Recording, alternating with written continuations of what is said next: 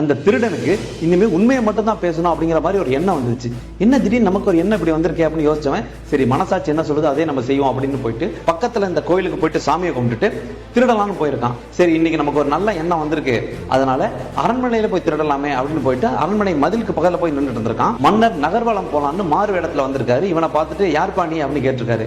நான் திருடன் அப்படின்னு உண்மையை சொல்லியிருக்கான். இன்னும் இவ்வளவு தைரியமா அவன் சொல்றானே, நீ யாருன்னு திருப்பி கேட்டிருக்கான். நான் வெளியூர் திருடன். அப்ப ரெண்டு பேருமே சேர்ந்து திருட போலாம் ரெண்டு பேருமே முடிவு எடுக்கும் போது மன்னர் சொல்லியிருக்காரு, எனக்கு கிடைக்கிறதுல பாதி கொடுத்து நான் சரியான்னு கொடுத்துறேன் அப்படின்னு அந்த திருடன் சொல்லியிருக்கான். மன்னருக்கு அந்த அரண்மனை பத்தி நல்லாவே தெரியும் அப்படிங்கிற காரணத்துக்காக நேரா கஜானா கிட்டே அழைச்சிட்டு போயிட்டாரு. இங்க ரொம்ப பாதுகாப்பா வைக்கப்பட்டிருந்த ஒரு பெட்டியை போய் ஓபன் பண்ணிருக்காங்க. அதுல 3 ரத்தின கல் இருந்திருக்கு. இந்த ரத்தின கல்லை பத்தி நான் கேள்விப்பட்டிருக்கேன், மிகவும் விலை உயர்ந்தது.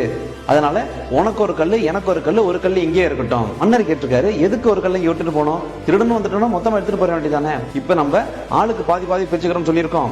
இந்த 3 கல்லை நம்மளால பிரிக்கவும் முடியாது. இன்னொன்னு நமக்குன்னு ஒன்னாவது வச்சுட்டு போயிருக்கானேன்னு மன்னர் சந்தோஷப்படுவார்ல. மன்னர் சின்ன புன்னகையோட சரி அப்படின்னு இருக்காரு. மதிலே இருக்க வச்சு அவன் வீட்டுக்கு போயிருக்கான். மன்னர் அவனுக்கு தெரியாம அவனை பின்தொடர்ந்து போய் அவன் வீடு எங்க இருக்குன்னு பார்த்துட்டு வந்துட்டாரு. அடுத்த நாள் காலையில அரசவையில ரகசிய உளவாளிகிட்ட இருந்து எனக்கு ஒரு தகவல் கிடைச்சிச்சு. நம்ம பல தலைமுறையா பாதுகாத்து வந்த நவரத்ன கற்கள் நேற்று இரவு திருட்டு போயிருச்சான் அப்படின்னு. அங்க இருந்த முதலமைச்சர் அதிர்ச்சியாகி, இது நடக்கிறதுக்கு வாய்ப்பே கிடையாது, எனக்கு தெரியாம எப்படி அது திருட்டு போகும் அப்படின்னு நேரா போயிட்டு அவர் கஜானால பார்த்திருக்காரு. ஒரே ஒரு கல்லு மட்டும் இருந்திருக்கு. இவருக்கு ஒரு பேராசை வந்துருச்சு. அதை எடுத்து அவர் மறைச்சு வச்சுக்கிட்டாரு. நேரா மன்னர் கிட்ட வந்துட்டு, மன்னா நீங்க சொன்னது உண்மைதான், அங்க ஒரு கல்லுமே இல்ல, எல்லாத்தையுமே திருட்டிட்டு போயிட்டாங்க அப்படின்னு. ஒரு கல் கூட இல்லையான்னு மன்னர் கேட்டிருக்காரு. எதுவுமே இல்ல மன்னா. மன்னர் சின்ன சிரிப்போடு, சரி நான் சொல்றேன், முகவரிக்கு போயிட்டு அங்க திருடன் இருப்பான், அவனை மரியாதையா கூப்பிட்டுவாங்க அப்படின்னு காவலாளிகளுக்கு சொல்லியிருக்காங்க. காவலாளிகள் அந்த திருடன் அழைச்சிட்டு வந்திருக்காங்க. திருடன் அப்படியே நடுக்கத்தோட இருக்கான். நேற்று இரவு என்ன நடந்துச்சு சொல்லு அப்படின்னு. நாங்க திருட போனேன், என் கூட வெளியூர்ல இருந்து ஒரு திருடன் வந்தான். நாங்க 2 பேரும் ஆளுக்கு ஒரு கல் எடுத்துட்டு ஒரு கல் அங்கேயே வச்சுட்டு வந்துட்டோம். நான் எடுத்து போன கல் இங்க இருக்குன்னு சொல்லி அதை வெளியில எடுத்து வச்சிருக்கான். முதலமைச்சர் கேட்டிருக்காரு, அது எப்படி நீ ஒரு கல்லை மட்டும் வச்சுட்டு போன, இதை நான் நம்பணுமா? மன்னர் சொல்லியிருக்காரு, அவன் சொன்னது உண்மைதான், நேற்று அவன் கூட வந்து திருடன் கிடையாது, நான் தான் அவன் கூட போயிருந்தேன், என்கிட்ட வந்த இன்னொரு கல் இங்கதான் இருக்கு, இப்ப 3வது கல் எங்க இருக்கு அப்படின்னா, முதலமைச்சரே அந்த கல் எடுத்து வைக்கிறீங்களா அப்படின்னு. முதலமைச்சர் பதட்டத்தோட, மன்னா எவனோ ஒரு திருடன் சொன்னாங்கிறதுக்காக ஏன் மேலேயே சந்தேகப்படுறீங்களே.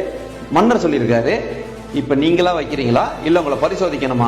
இல்ல மன்னா, என்னோட பேராசையால தான் அப்படி பண்ணிட்டேன் அப்படின்னு சொல்லிட்டு அவர்கிட்ட இருந்த கல் எடுத்து வச்சிருக்காரு. அவரை சிறையில் அடைக்கிறது காவலாளிகள் கொண்டு போயிட்டாங்க.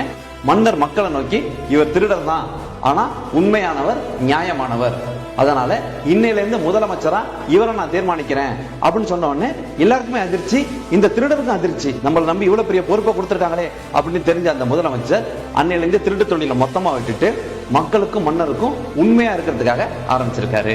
பொய் வாழ விடாது, உண்மை சாக விடாது. இப்ப நீ சொன்ன கதைக்கும் வரப்போற தேர்தலுக்கும் ஏது சம்பந்தம் இல்லையே. சும்மா